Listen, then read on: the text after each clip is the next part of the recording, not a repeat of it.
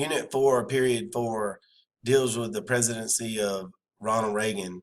Ronald Reagan was president of the United States from 1980 to 1988.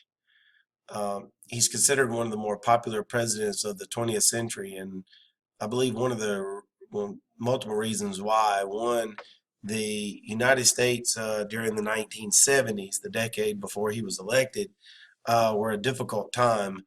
The United States pulled out of Vietnam in 1973, and that war was very unpopular at home.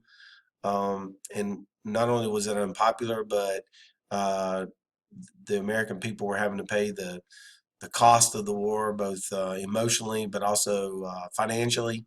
We're also paying for the Great Society, Lyndon Johnson's Great Society, and probably the largest welfare program in the world.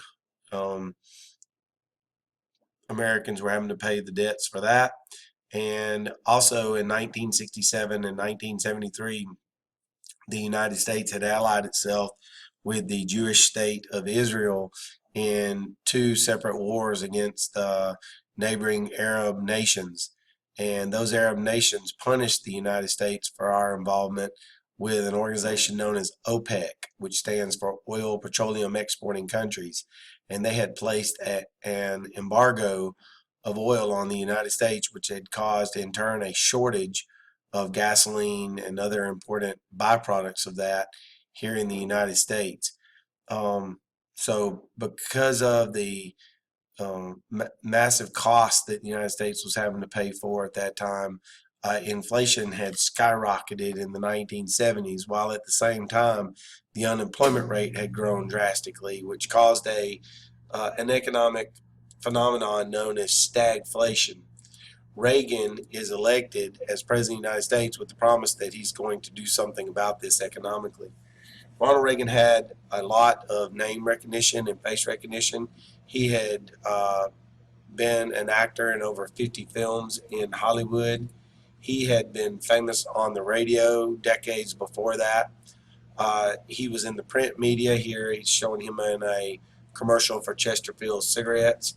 And here he's a main character in a movie called Newt Rockney, where Ronald Reagan played the Gipper.